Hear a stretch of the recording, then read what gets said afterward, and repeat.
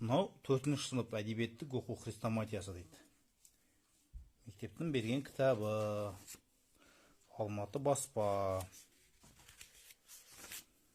Беттен ашамыз. 13-ші бет, 4-ші бет, 5-ші бет, 6, 7,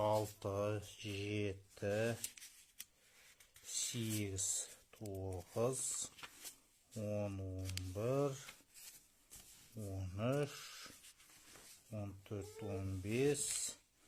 Мына жерде 16-шы бет. 16-шы беттен кейін бірден біз 89-шы бетке түсеміз. Егерде 16-шы бетте бізде ер тарғын мен тарлан аттың ерлігі болса, жалғасы кетеді.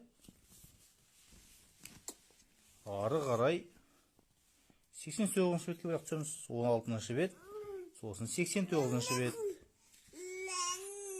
90, 91 кетті, 95 кетті, 98, 99 дейік.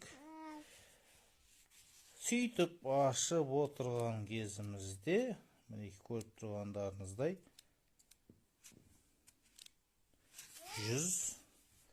101 мазмұны кетеді.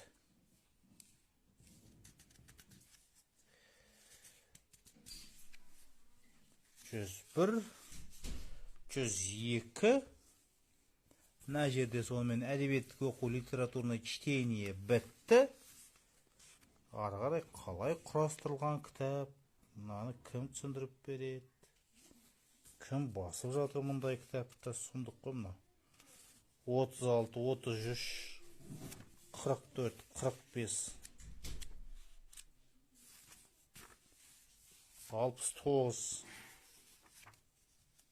Мынау не кітап? Кім айтып беріледі мынандай кітапты? Жап-жаңа кітап. Шамасы карантиннің кезінде шыққан ау мынау.